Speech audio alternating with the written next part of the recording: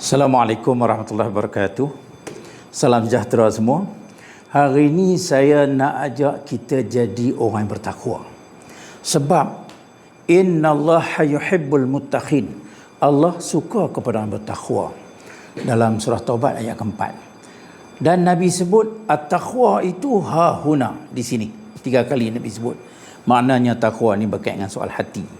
Dan dalam satu hadis Nabi sebut innallaha la yanzuru ila suwarikum wa amwalikum.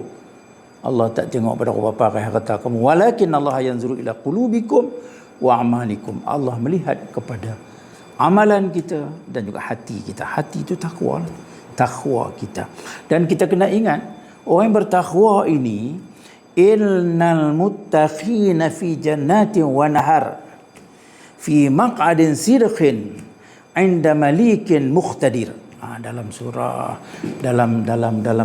apa nama ni, Al-Khamar ayat 24, ayat 54-55. Orang yang bertakwa ini dalam taman-taman syurga yang ada sungai di sisi Allah yang maha berkuasa.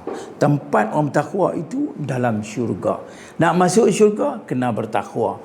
Bulan puasa kita dilatih sebulan untuk bertakwa. Kita teruskan di bulan-bulan lainnya jadi orang yang bertakwa. Apa makna bertakwa? Buat apa Allah suruh, tinggal apa yang Allah larang. Jangan terbalik. Jangan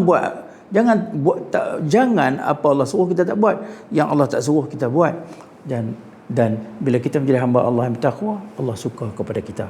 Jangan lupa, sama-sama kita latih, sama-sama kita amalkan sifat-sifat orang bertakwa supaya kita jadi hamba Allah yang bertakwa. Terima kasih.